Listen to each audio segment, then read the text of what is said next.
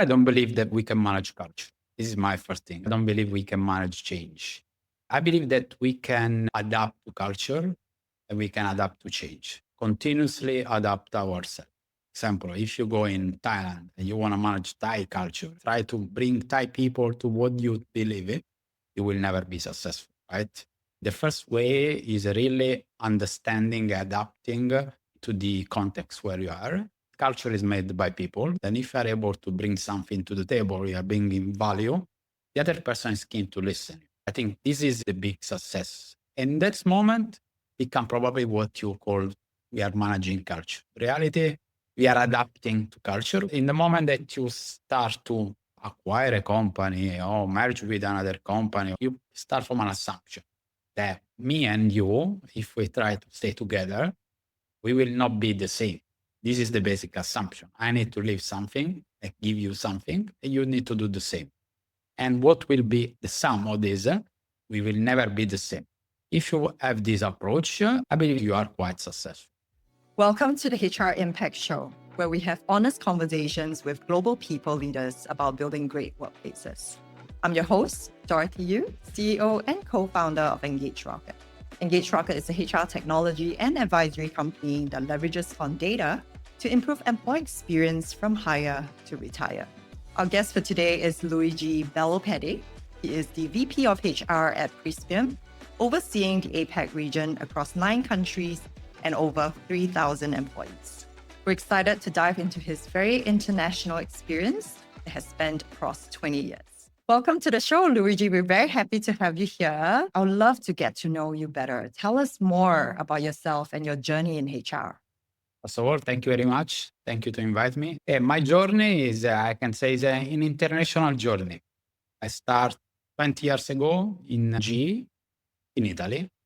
Then I moved to Netherlands. Then I moved around Europe. Then I've been back to Italy in a big pharmaceutical company.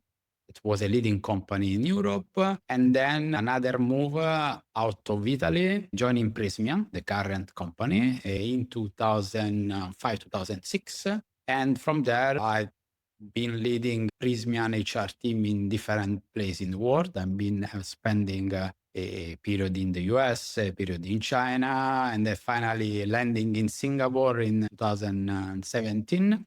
And since 2017, I'm leading the Asia Pacific, mainly is a team across 9 countries. In Asia Pacific is 3,000, as to say, colleagues, not employees. Or better, my operation director said, Luigi, remember 3,172, he told me today. Then 3,172 colleagues across 9 countries, Singapore, Indonesia, Malaysia, China, Thailand, I should not miss one, otherwise they take it personally, Philippines, Vietnam, and New Zealand, and Australia. That's it. And then I'm here today.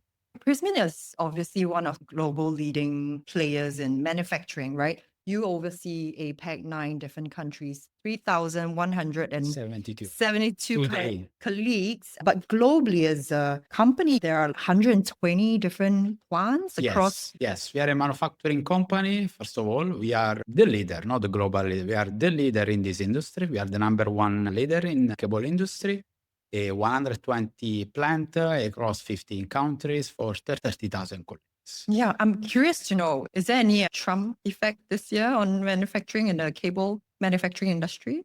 There are disruption, of course, of value chain, of supply chain, but Prysmian, from one side, is a global company.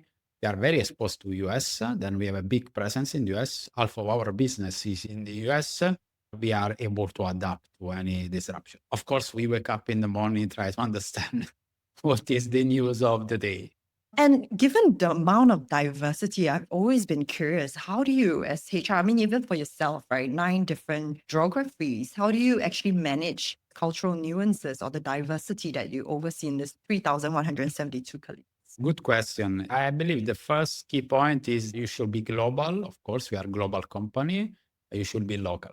And Prysmian is a global but a local company. What does it mean? There are a lot of global corporations managing places from far. Right? There are also very well-known companies where they have a small footprint. Like you have 5 plants and then you try to manage from Italy, US. Doesn't work, in my opinion, doesn't work. You should be global, but at the same moment local. You need colleagues, at least for HR, for example, in each site, in each country, they are your antenna, they are your translator, they are your languages on the field. It's not only a matter of country, it's a matter of city, it's a matter of geography, it's a matter of religion. You need to be on the territory.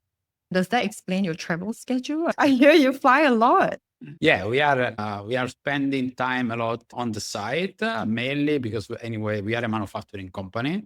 Then our heart is made by our colleagues that are operator. And then in the day by day, of course, is the shop floor make the difference. Then the other thing, we are an Italian DNA company, despite we are a global company today. 95% of the business is exposed, and the human relation makes the difference. And I still believe that an online meeting is not the same to see each other face to face like today. Absolutely. I love the fact that you use the term human relation, and it's that connection that truly matters. How can you then successfully build these human connections down to the ground at the factory level? When you talk about global company, but local at the same time, can you tell us more about what that looks like in practice on a daily basis? Yeah, I can tell what is my approach. First of all, I'm always very sad because I believe one key point, probably will come back later, is always languages, right? Then, of course, when you miss the languages, you miss a part of this relation.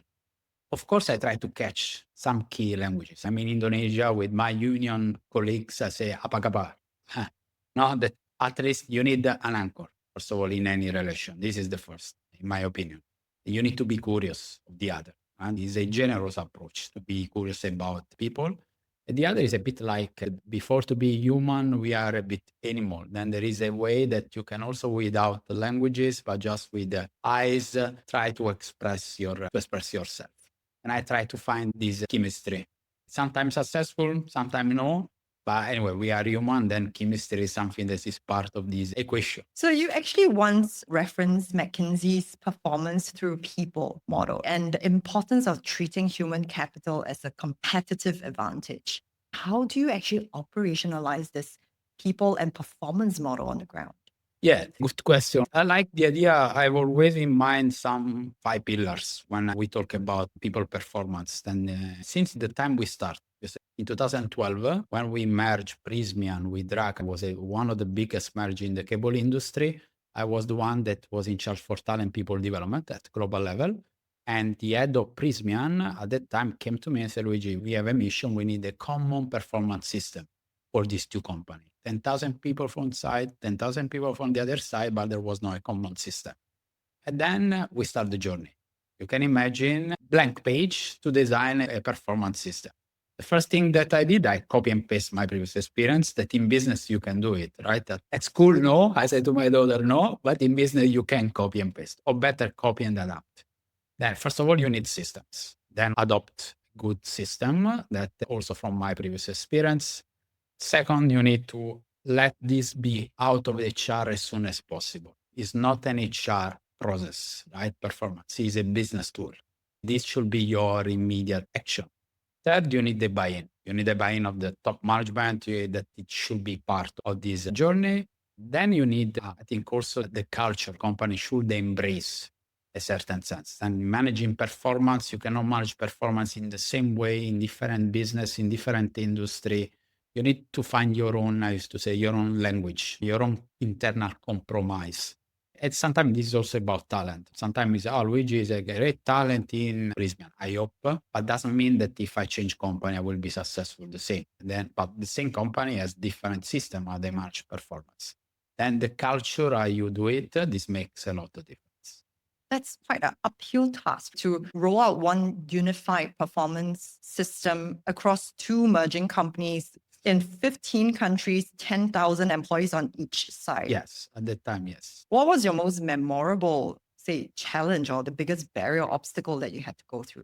The first memorable was, first of all, is what we did our interview, right? It's the first basics that you learn on the school in HR is, okay, you have a part of performance that is result, right? Your goal, but you have a part that is leadership or is behavior. Then we start to make interview internally. At the time I was working with McKinsey. We were making our interview to monitor the Prysmian leadership model. and then validate this leadership model. And found the first agreement internally. What were the common value or the common leadership behavior? This is a challenge because every time you talk about leadership, but when you start to write black and white, what should be something that we can have in common, there is a resistance. This was the first. And the second, there was really an episode tangible. We organized one of our first training where we were explaining to the management that we were having this. Our performance system still today is an approach of a curve distribution, right? We compare absolutely top performance, high performance, who is on the top, who is on the bottom. At that time was also very traditional, green and red, right? Then if you see yourself in red, say, okay, you're scared. The first resistance was arriving also from the top market. Everyone was at the beginning and we are human. And you see yourself not in the green, right? In the green, you are already, you are a top manager. You see the risk to be in the red. And this was one big challenge. So we were with our global HR and people say, we are not sure that this is the right way, the right model. But then we went over there. Of course, we make improvement. Today, we don't do red and green anymore. We do light blue and light violet, but the concept remained the same.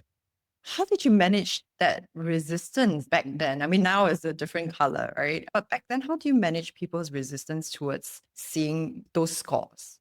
I remember one of first course in strategy I did is, okay, a lot of change come from the middle management. You need to have the buy-in of middle management. I'm a bit more orthodox. I think the top management buy-in become one of the first driver of the change. We had the lucky to have CEOs around the year that they were really spending time on this. Now, when you see the example that your CEO, your top management spending time on this, and don't take it as a second hand, but take it seriously. The same way, take it seriously balance sheet, right? If your controller goes there with your profit and loss, you take seriously as a CEO. In the same way, it was taking serious performance. Then is a moment where you talk about people, you dedicate time to people. And this has been for us really an enabler of what we have been going through the years. I remember at the beginning, the first CEO of Prysmian, when I was making the change, I was spending time with him 2 hours. He called me. I was in the level number 2 and level number 3. We sit down each other, look the value, look the behavior, do this kind of exercise. I was spending time. And people feel it. Because then in any organization, you can be very big, but the chain of communication can be also very quick. Leadership buying right from the very top makes a lot of sense. And I caught something you said just now. So one of the things is you also want to make sure that the culture anchors this performance rollout that you were doing across 50 countries. Tell me more about managing culture in such geographical diverse industry or company, and also understanding that a lot of the growth is also through inorganic growth, right? A lot of M&A. So you're constantly integrating, merging, bringing in new people, new culture, so to speak. How do you anchor? How do you give people a single language, a common language to speak? I don't believe that we can manage culture. This is my first thing. I don't believe we can manage change.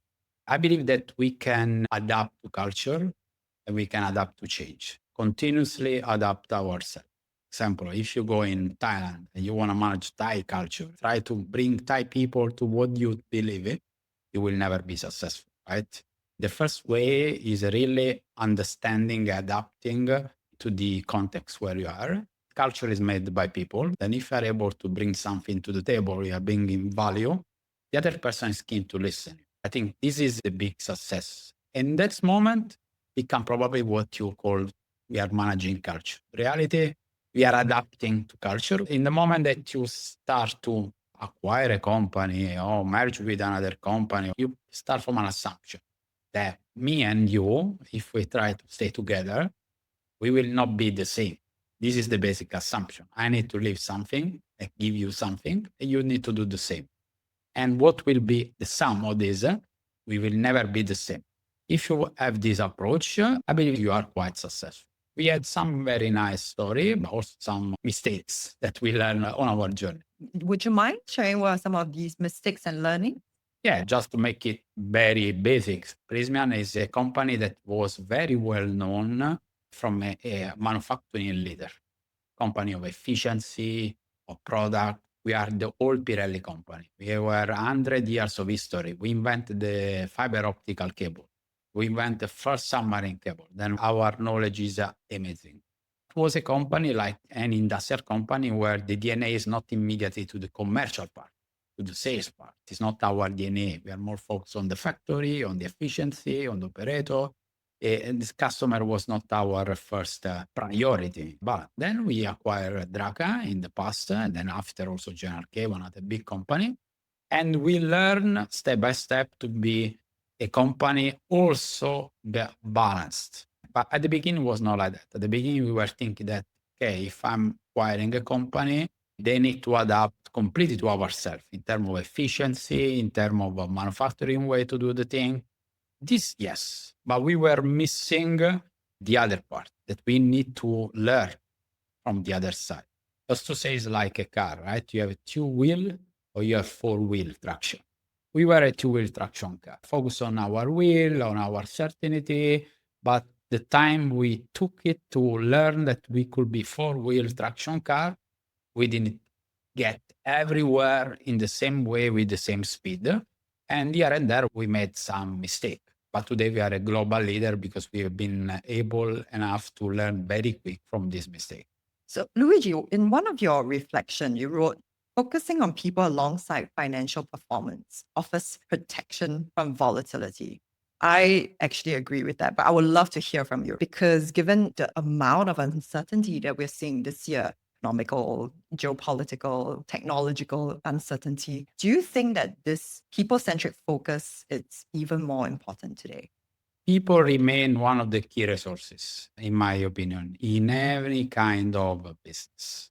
This for me is a basics. I used to say cash is king when you do business.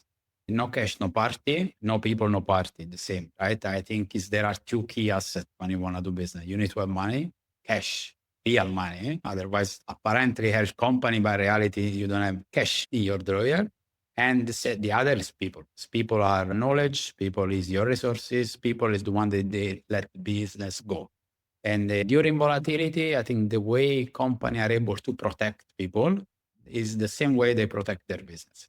And you need to do it. Example, during COVID, we have been one of the few companies, some companies were a bit surprised that we were making huge action of retention, or we were paying the salary in our factory despite there was no production. Convinced completely that people remain a key investment and a sustainable investment. So over the time, at least in manufacturing industry like ours, people are knowledge. Have you seen this focus on people? What are some of the tangible business outcomes that you've seen? COVID is a good example. During COVID, we invested in our people. During COVID, we were not having a factory fully saturated. We were investing in our people. We were in retaining jobs. We were never cutting jobs. And when COVID disappeared, we have been very quick in restart. And a lot of our competitor or players, they were almost in the wrong position. So when you have to restart your business, then you miss one of your key resources, that is people. And I think the way Prysmian has reacted during COVID is a good example of a key tangible investment, not to make it too complex, training, leadership, right? But to make it very pragmatic.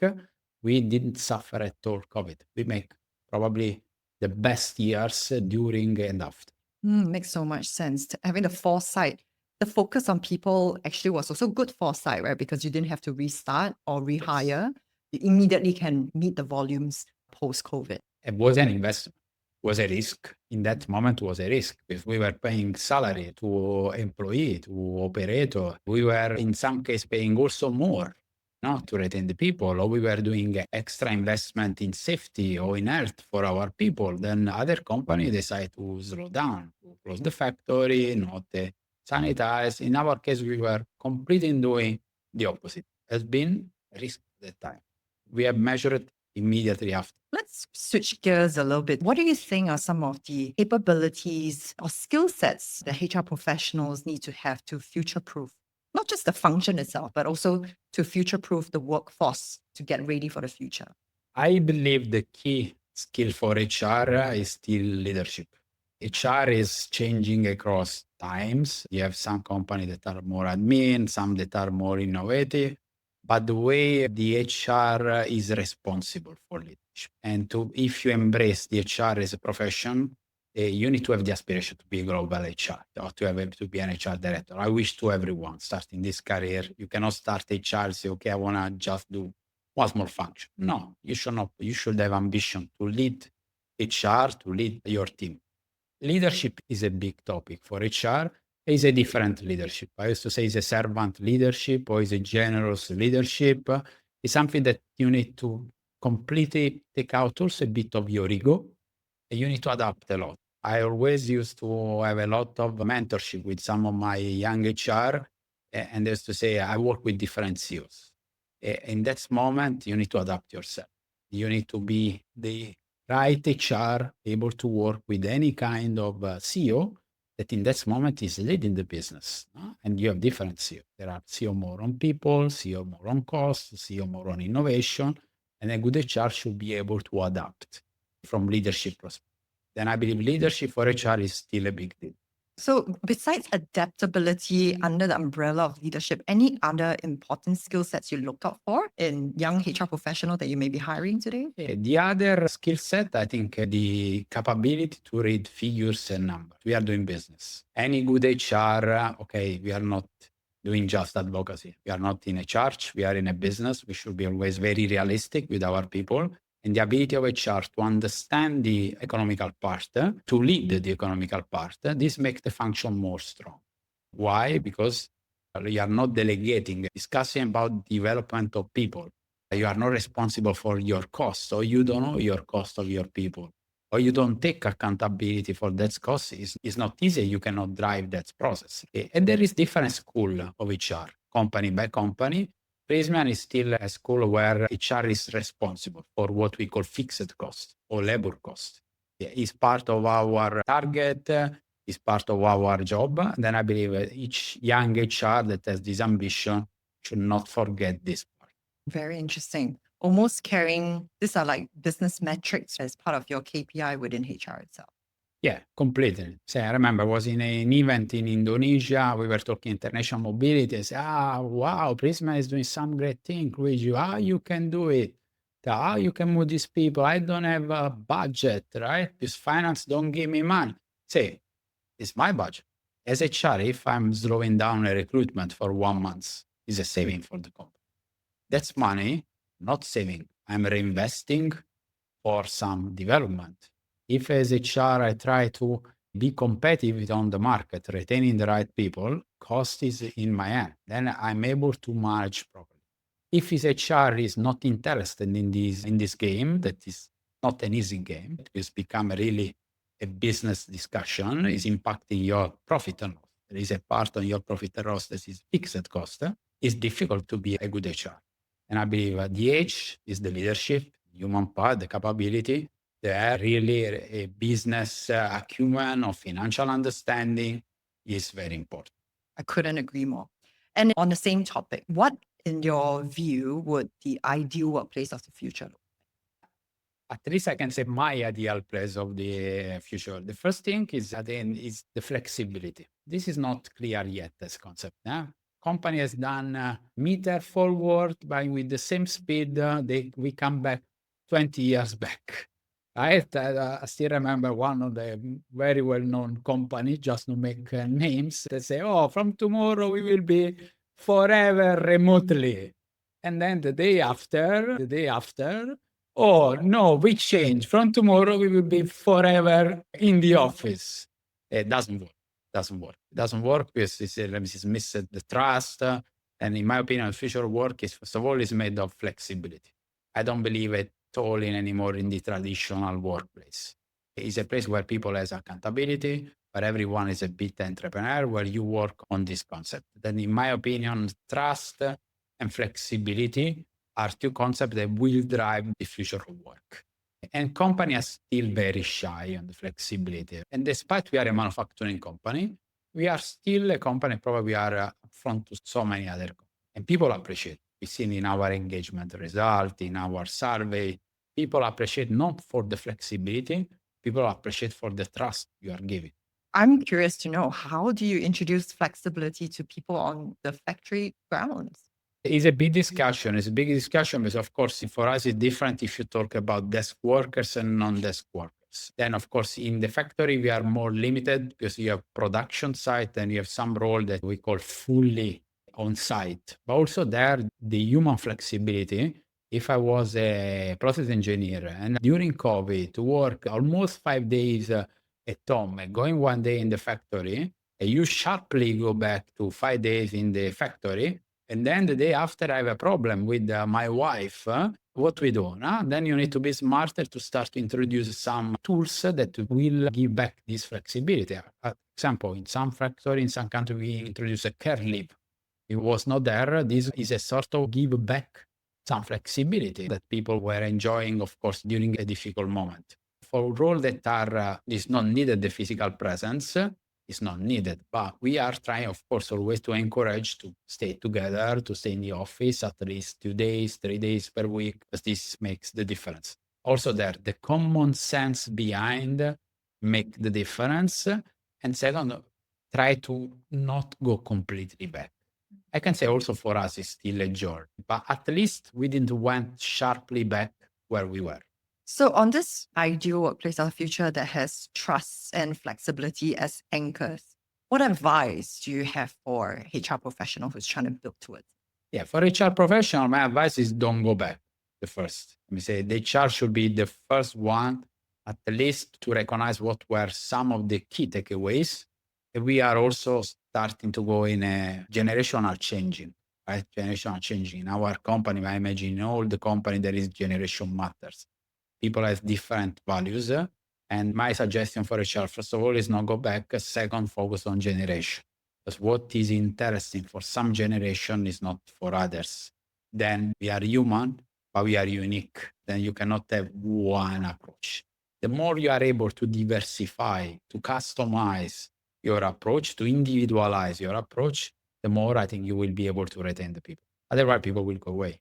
No one size fit all solution, right? I think that's why Engage Rocket advocates for using data. Okay, so I'm going to switch into a fun part of the podcast, ask you a couple of rapid fire questions. What is a mindset you've learned to adopt that really helps you champion disruption? Time. Time. Time as a patience, time as a resources, the right time, accelerate when is needed, slow down when is not needed, when is needed. I think the mindset I learned time. I was very impatient by definition. An action guy. I like to make things happen.